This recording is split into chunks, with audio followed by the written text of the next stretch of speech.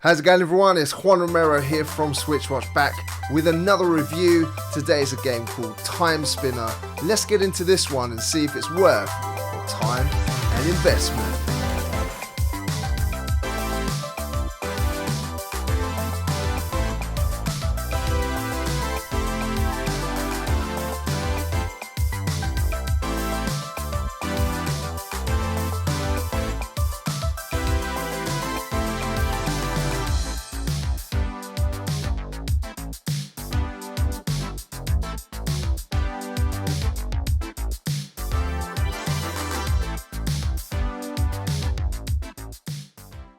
Alright, so let's head straight into the story. Lunos is on a quest for revenge after her home is destroyed, and as the player you are thrust into an unknown world.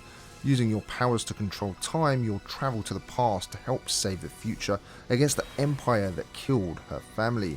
This gives you as the player great impetus right from the beginning, and while the story is told through text, I enjoyed meeting the various characters, seeing the cutscenes, and along the way figuring out how to exact my revenge. In terms of gameplay, Timespinner is a Metroidvania, an action-adventure game which requires lots of exploration, which is something I have always enjoyed in these particular types of games. There are so many of this type though to choose from on the Switch right now that any game like this that drops onto the system needs to be of a certain quality, and I'm glad to say that for the most part this does deliver.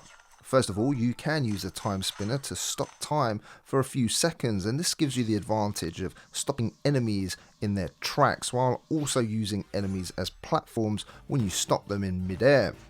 This is great for finding secret or unexplored areas, and while this works quite well, I found it to be vastly underutilized, especially on your first playthrough. On a second playthrough, when you can up the unlock difficulty, it does require more use. However, I would go a long time without using this power at times, which was a little bit of a shame as many players may not bother replaying.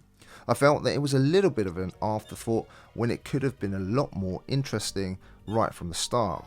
Now, I really enjoyed the use of magical orbs which float around the character, spin around, and these are used as your weapons. There are various different kinds that you'll find along your journey, each having their advantages and of course disadvantages against differing enemies, but the cool thing was being able to have 3 differing loadouts which you can swap in game.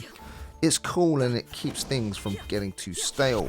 Now you can equip 2 orbs and mix them up or have 2 of the same. I preferred the green orb which gives you sort of a sword swipe, and mixing that with say a fire orb which gives a little bit of a distance to your melee attacks. Mixing it up is of course key so that you're able to defeat certain enemies that have certain patterns. They may jump around, thus you needing that sword swipe so you can attack upwards. As you level up you become stronger. You can also have familiars who travel with you. My little flying green dragon was a favourite of mine, and you can also level these up too. There is equipment to find to boost your defense and attack power, so finding the right loadout for you is essential. I found it fun messing around with the loadouts and discovering new items in the various hidden chests, which kept me interested. Platforming is of course a staple of games like this, and you'll find it enjoyable enough without it being overly difficult. Heavy attacks you choose from to equip also is something to take into consideration. These attacks use mana but are great for clearing enemies further away from you or clearing the screen full of enemies dependent on the attack that you choose.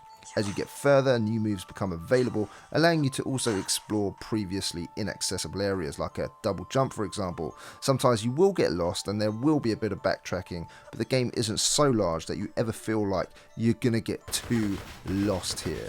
Bosses are also quite fun to fight, although not as challenging as something like Hollow Knight.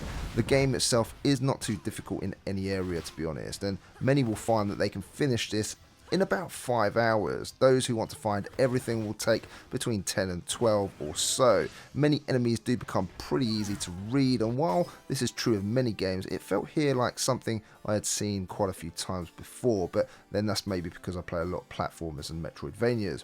For those of you who want to play with a friend, you can also do that too, with one of you taking control of the familiar and the other the character, which adds a really nice element to the game, and you can of course enjoy the whole adventure together. with a friend, partner, or whoever you want.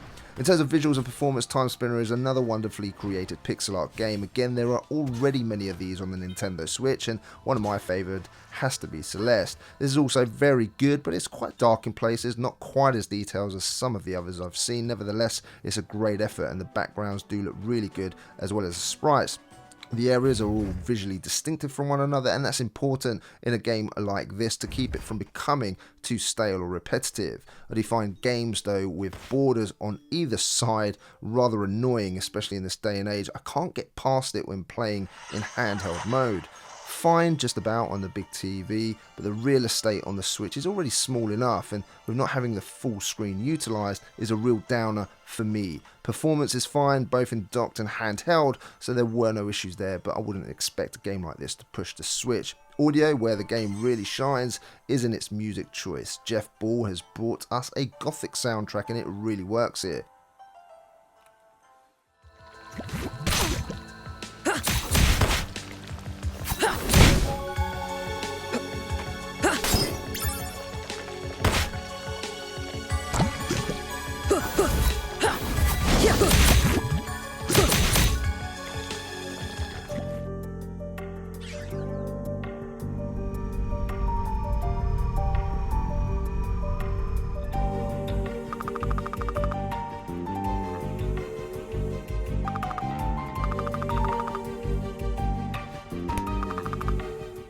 He also worked on Tiny Barbarian DX, and the sound effects are brought to us by Power Up Audio, and they worked on games like Celeste, Crypt of the Necrodancer, and Into the Breach, and the sounds are just so good here.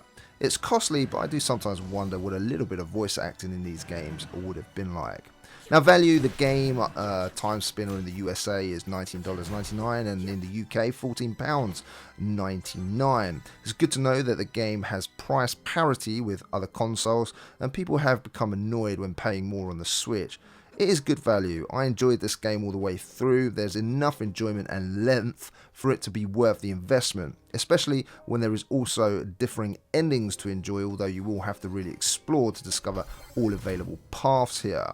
Once complete, you'll also be able to unlock another difficulty mode for another playthrough. So in terms of my verdict, Timespinner has had a lot of effort put into it. That is clear. It is an enjoyable game. Is it one of the top Metroidvania games? Not quite for me. It falls a tiny bit short of reaching greatness, but a very good game it is nevertheless. And if you're looking for this type of game to play, you're not going to go too far wrong here. For me, a solid 8 out of 10. If you enjoyed this review, ladies and gentlemen, then please leave us a like. We'd really appreciate that. Now, if you're a new watcher, you've watched this for the first time, you're wondering who we are, then Jordan, James and I run this Nintendo Switch dedicated channel. So all we do here is gameplays, Switch reviews, and of course the odd feature here and there when we have the time. So welcome if you're new, and would love to see you again, of course. So hit that subscribe button and bell notification if you want some more videos like this delivered to you and get notified. For those of you that are existing watchers, subscribers, and of course supporters, we thank you. We really do appreciate it. Hopefully you've enjoyed this one, and of course I'll see you again very soon on the next one. Take care.